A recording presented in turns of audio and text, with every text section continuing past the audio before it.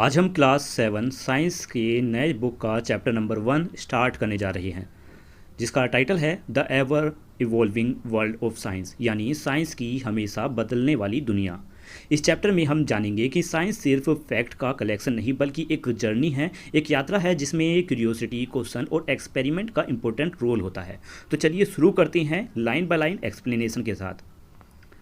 लिखा है, we hope you enjoy your adventure with curiosity in grade 6 and are now ready to continue our journey into the wonderful world of science. हम उम्मीद करते हैं कि आपने क्लास 6 में क्यूरियोसिटी के साथ अपने साइंस के एडवेंचर इंजॉय किए होंगे और अब आप रेडी हैं एक नए सफ़र के लिए साइंस की एक और भी अमेजिंग दुनिया में।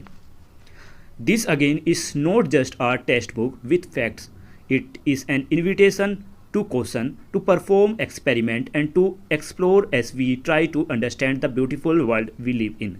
ये बुक सिर्फ फैक्ट्स की टेक्स्ट बुक नहीं है, बल्कि यह एक इनविटेशन है कि आप क्वेश्चन पूछें, एक्सपेरिमेंट करें और एक्सप्लोर करें ताकि हम इस सुंदर दुनिया को समझ सकें जिसमें हम रहते हैं।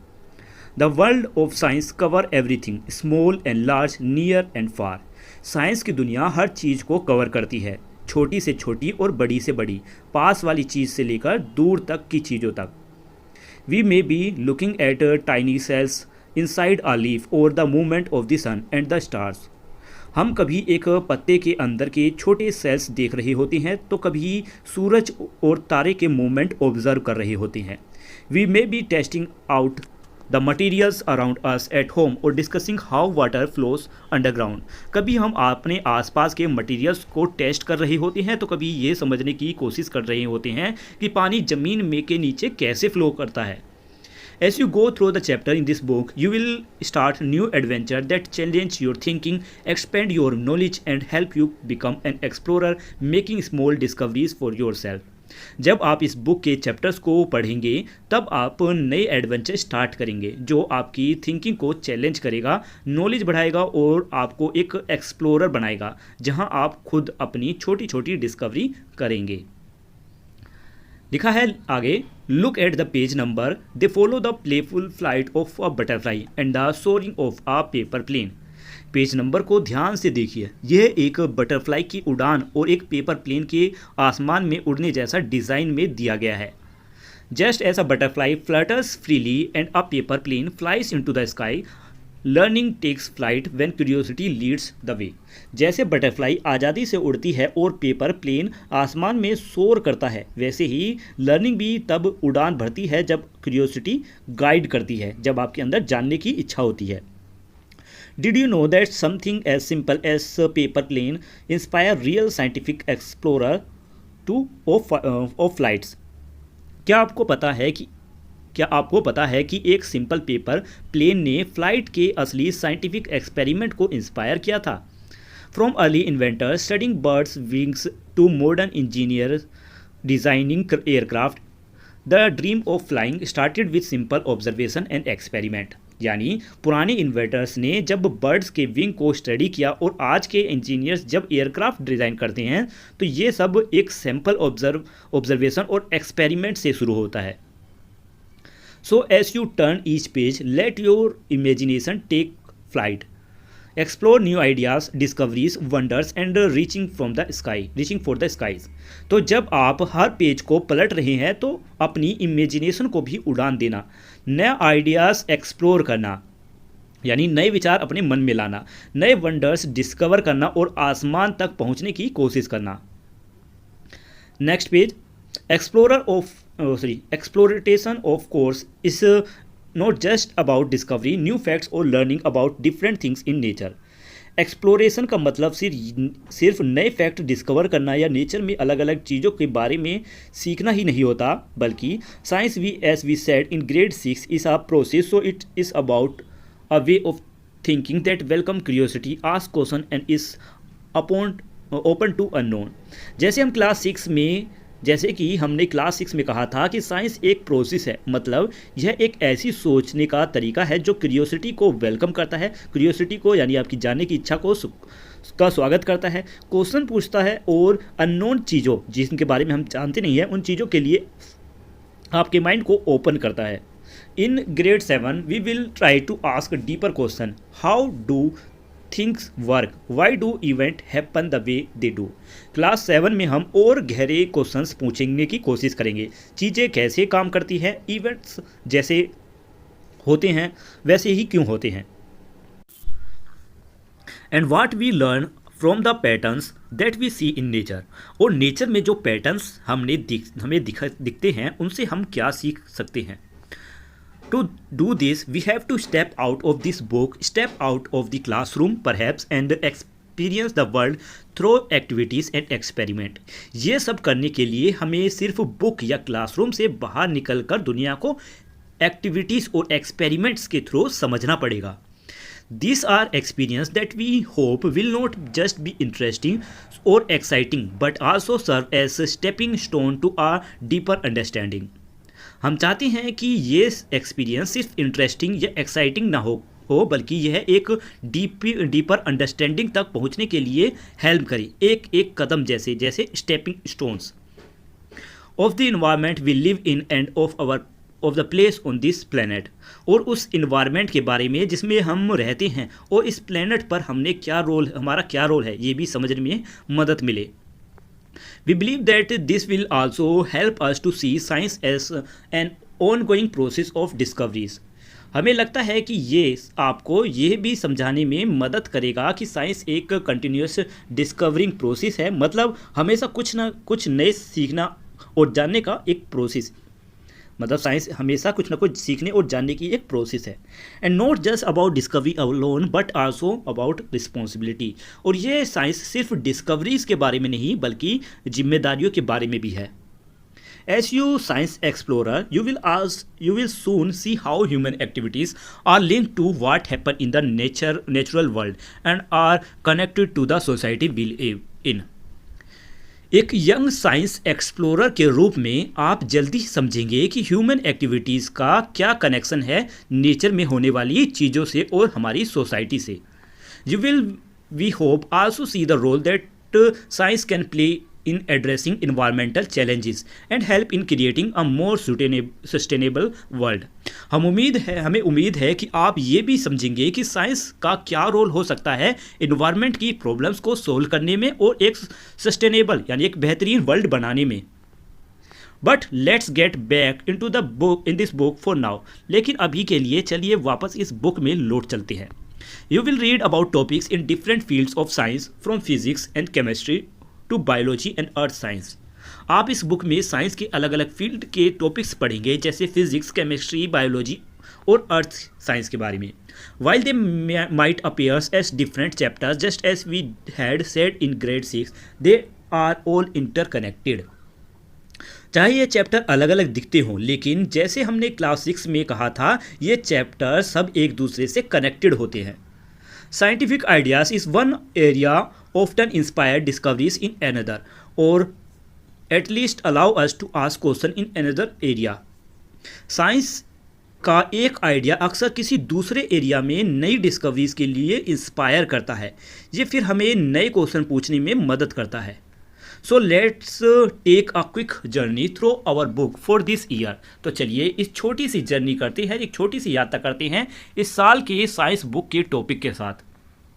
We will start by looking at the properties of materials around us, mostly the things we experience but perhaps never ask question about. हम स्टार्ट करेंगे उन मटीरियल्स की प्रॉपर्टीज़ से जो हमारे आसपास होती हैं, जिन्हें हम रोज़ देखते हैं लेकिन उनके बारे में कभी क्वेश्चन नहीं पूछते. We are some fruit sour. What happened when we wash a haldi stain on our school uniform? जैसे कुछ फ्रूट खट्टे क्यों होते हैं. हमें सवाल करेंगे जैसे कुछ फ्रूट खट्टे क्यों होते हैं जब हम अपनी स्कूल यूनिफॉर्म पर लगे हल्दी के दाग धोते हैं तो क्या होता है. आगे लिखा है नेक्स्ट पेज पर, we then move on and play with some electric batteries, lamp and wires to try to find the other kinds of properties of material. फिर हम आगे बढ़ेंगे और कुछ इलेक्ट्रिक बैटरीज, बल्ब्स और वायर्स के साथ प्ले करेंगे, मतलब उन्हें ऑब्जर्व करेंगे, उनके बारे में जानेंगे ताकि मटेरियल्स की दूसरी प्रॉपर्टीज़ को समझ सके. आगे क्वेश्चन है, what kind of materials do we need to make a lamp glow. एक लैम्प को ग्लो करने के लिए हमें किस टाइप की मटीरियल्स की ज़रूरत होती है। This will lead us to classify material based on this properties and we will enter the world of metals and non metals. ये हमें मटीरियल्स को उनकी प्रॉपर्टीज़ के बेस पर क्लासीफाई करने के लिए ले जाएगा और हम मटीरियल्स और नॉन मटीरियल्स की दुनिया में एंट्री कर लेंगे। We know from our experience that a torch battery runs out eventually and cannot be used again. हम अपने एक्सपीरियंस से जानते हैं कि एक टॉर्च की बैटरी एक समय के बाद ख़त्म हो जाती है और दोबारा उसे यूज़ नहीं किया जा सकता। We will explore what kind of changes happen around us. हम एक्सप्लोर करेंगे कि हमारे आसपास के कौन से टाइप्स के चेंज होते हैं, कौन सी चीज़ के बदलाव होते हैं। Some changes can be reverse, other can not be reverse. इनमें से कुछ रिवर्स यानी उल्टे हो सकते हैं, फिर से उन्हें इस्तेमाल किया जा सकता है, और कुछ हैं जो रिवर्स नहीं हो सकते, वापस नहीं हो सकते, उनको दोबारा से इस्तेमाल नहीं किया जा सकता। बैटरीज रन आउट्स, बैटरीज ख़त्म हो जाती है। आइस मेल्ट्स आउट, बर्फ़ पिघल जाती है। फ्रूट्स रिपन, फल पक जाती हैं। रॉक्स ब्रेक इनटू पेबल्स, पत्थर छोटे छोटे टुकड़ों में टूट जाते हैं। What kind of changes are this, ये सभी बदलाव किस टाइप के हैं। Some of this happen or happen faster when they things are heating. इनमें से कुछ चीज़ें तब होती हैं जब किसी चीज़ को हीट किया जाता है, यानी बहुत ज़्यादा गर्म किया जाता है, तो उसमें बहुत जल्दी से बदलाव देखने को मिलता है। We will look at how heat flows whether it is melts of an ice cube in a glass or the melting of glacier. हम ये समझेंगे कि हीट कैसे फ्लो करती है, चाहे वो एक ग्लास में आइस क्यूब को पिघलाने के लिए हो या एक ग्लेशियर को पिघलाने के लिए हो। Water is of course everywhere and with the heat from the sun it evaporate from the seas and falls as rain perhaps trickling down into the ground somewhere far away. पानी तो हर जगह होता है, और जब सन की यानी सूर्य की हीट पानी को मिलती है तो ये समुद्र से एवोपरेट यानी भाप में बदल जाता है। बाद में बारिश के रूप में ये पानी फिर से ज़मीन पर आता है और फिर कहीं दूर ज़मीन के अंदर चला जाता है। आगे लिखा है however it's not just change in materials around us that we see और the hidden changes in water that we do not see. लेकिन सिर्फ मटीरियल्स के बदलाव या पानी के छुपे हुए चेंजेस ही नहीं होते जो हमें लेकिन सिर्फ मटीरियल्स के बदलाव या पानी के छुपे हुए चेंजेस ही नहीं होते जो हम देखते हैं या नहीं देखते हैं। As we are growing our body are changing as well. क्योंकि जब हम ग्रो करते हैं यानी हमारी बॉडी डेवलप होती है, तो अब हमारी बॉडीज़ भी बदल रही होती है, तो ये चेंजेस हमें जल्दी से नोटिस नहीं होते।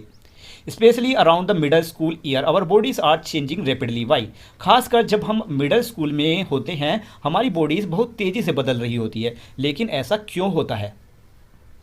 Not just as humans, there are life process that are essential to all animals for their survival. सिर्फ हम ह्यूमंस ही नहीं, बाकी सभी जानवर के लिए कुछ लाइफ प्रोसेस होती है जो उनके सर्वाइवल के लिए ज़रूरी होती हैं। To grow we have to eat and breathe. Blood has to circulate the nutrients from the food all over the body and so on.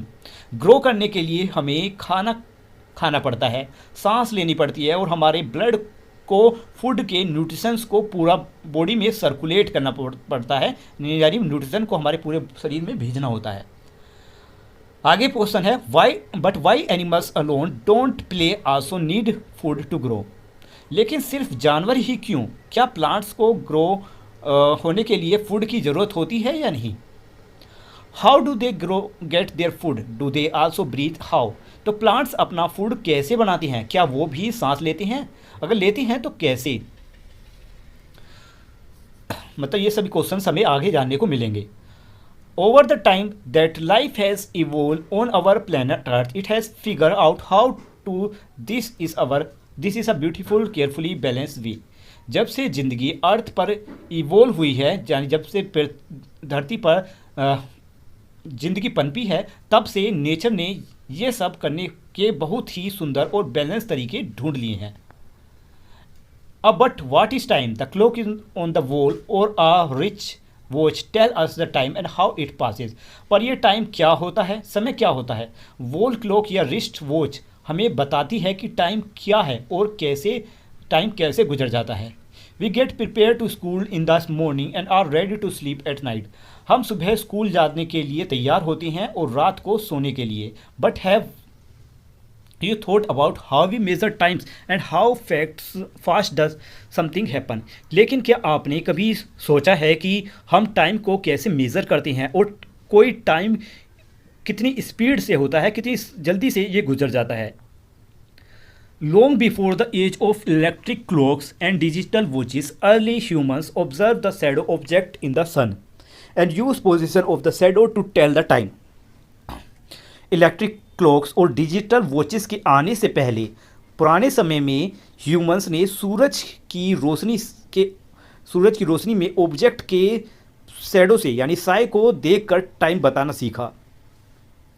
Light and shadows are not just useful for shadow puppets or to tell the time, यानी रोशनी और परछाई ये सिर्फ कोई shadow puppets बनाने या time बताने के काम ही नहीं आती, बल्कि lights help us see and today we develop a lot of way to generate light. बल्कि लाइट्स तो नेचुरली हमें देखने में हेल्प भी करती है और आज हमने लाइट बनाने के कई तरीके डेवलप कर लिए हैं। So we can read a book at night even when the sun does not, ताकि हम रात में भी बुक पढ़ सके जब सूरज नहीं चमक रहा होता। But more importantly, asking question about the nature of light has given us a very deep understanding of the universe we live in. लेकिन सबसे इम्पोर्टेंट बात यह है कि जब हम लाइट के नेचर के बारे में क्वेश्चन पूछते हैं तो हमें अपने यूनिवर्स के बारे में बहुत डीप अंडरस्टैंडिंग मिलती है, बहुत गहराई से सोचने का विचार मिलता है। आगे लिखा है, while we will perhaps learn about it is not only light and shadow are not just limited to things around us at home. हो सकता है कि हम इसके बारे में थोड़ा बाद में डिटेल में पढ़ें, रोज लाइट्स के बारे में बाद में थोड़ा डिटेल में पढ़ें, लेकिन लाइट और शैडो सिर्फ घर के आसपास की चीज़ों तक ही सीमित नहीं होती। Even the earth and the moon can cast shadow leading to the fascinating phenomena of eclipse, कि पृथ्वी और चांद भी अपनी शैडो बना सकती हैं और इसी वजह से एक्लिप्स यानी ग्रहण होते हैं, जैसे मतलब हमें ग्रहण जैसे इंटरेस्टिंग फैक्ट्स देखने को मिलते हैं। And of course we have day and night that depend on receiving light from the sun, और दिन और रात तो डायरेक्टली सन की लाइट पर डिपेंड करती हैं। जब रोशनी मिलती है तो दिन होता है और जब नहीं मिलती तो रात होती है। To understand all of this, we need to know how the earth rotates around its axis and how the moon goes around the earth and the earth around the sun. ये सब समझने के लिए हमें ये जानना जरूरी है कि पृथ्वी अपनी एक्सिस पर कैसे घूमती है, चांद पृथ्वी के चारों तरफ कैसे चक्कर लगाता है और पृथ्वी सूरज के चारों तरफ कैसे रिवॉल्व करती है, कैसे घूमती है। And the consequences of this movement on life on our beautiful planet, और इन मूवमेंट का यानी सूरज, पृथ्वी और चांद का हमारे सुंदर प्लैनेट यानी पृथ्वी पर जो जीवन है उस पर किस तरीके से असर पड़ता है, ये भी हम सब इस आगे के चैप्टर्स में जानेंगे। आगे आपसे क्वेश्चन पूछा गया है, while we all this might have using head spinning things about it, it's not just that humans can wonder about the wonderful world we live in. ये सब सुनकर शायद आपका दिमाग घूम रहा हो, लेकिन सोचिए, क्या ये अमेजिंग नहीं है कि हम ह्यूमंस इतना कुछ सोच सकती हैं इस दुनिया के बारे में जिसमें हम रहते हैं।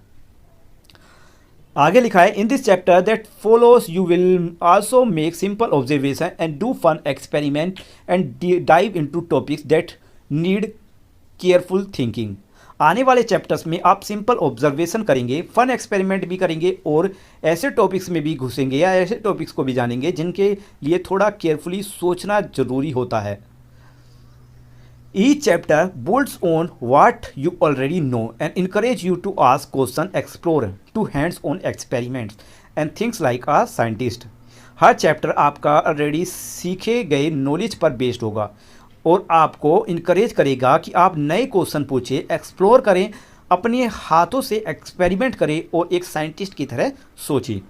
As you will find out, even those experiments that seems to confirm what we think will happen might lead to some additional question that might need more experiment and more question. और आप देखेंगे कि कभी कभी वो experiment भी हमें लगता है कि एक्सपेक्टेड रिजल्ट देंगे। जो आप एक्सपेरिमेंट करने वाले हैं वो भी नए क्वेश्चन क्रिएट कर सकते हैं, जिनके लिए और नए एक्सपेरिमेंट करने पड़ेंगे। तो चलिए इस साइंस जर्नी को एक्सप्लोर करते हैं एक्टिविटी 1.1 के साथ। क्वेश्चन है आपके सामने यहाँ पर बहुत से, पहले यहाँ पढ़ लेते हैं। In school or during test usually given question expected to find the answer but let's turn the that around. School में ये टेस्ट हमें हमेशा क्वेश्चन दिए जाते हैं और हमसे आंसर पूछे जाती हैं, लेकिन अब सोचिए उल्टा, पहले क्वेश्चन दिया गया है और पहले आपको आंसर दिए गए हैं और इस समय आपको क्वेश्चन बनानी है। To think like a scientist it equally important to ask interesting question. Scientist की तरह सोचने के लिए ये भी उतना ही ज़रूरी है कि हम इंटरेस्टिंग क्वेश्चन पूछें। Great scientist don't just answer question, they ask amazing ones. बड़े साइंटिस्ट सिर्फ आंसर नहीं देते बल्कि वो ज़बरदस्त क्वेश्चन भी पूछते हैं। Remember last year we said to be a wise person you must be a wiser person.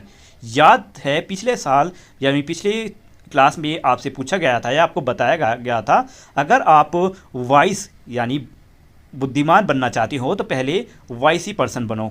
खुद भी सवाल पूछो, अपने अंदर क्यूरियोसिटी जगाओ। Look at the answer below. You task is to come up with curious and creative and fun question और situation that could lead this answer. There are never any wrong question, so let your imagination run wild.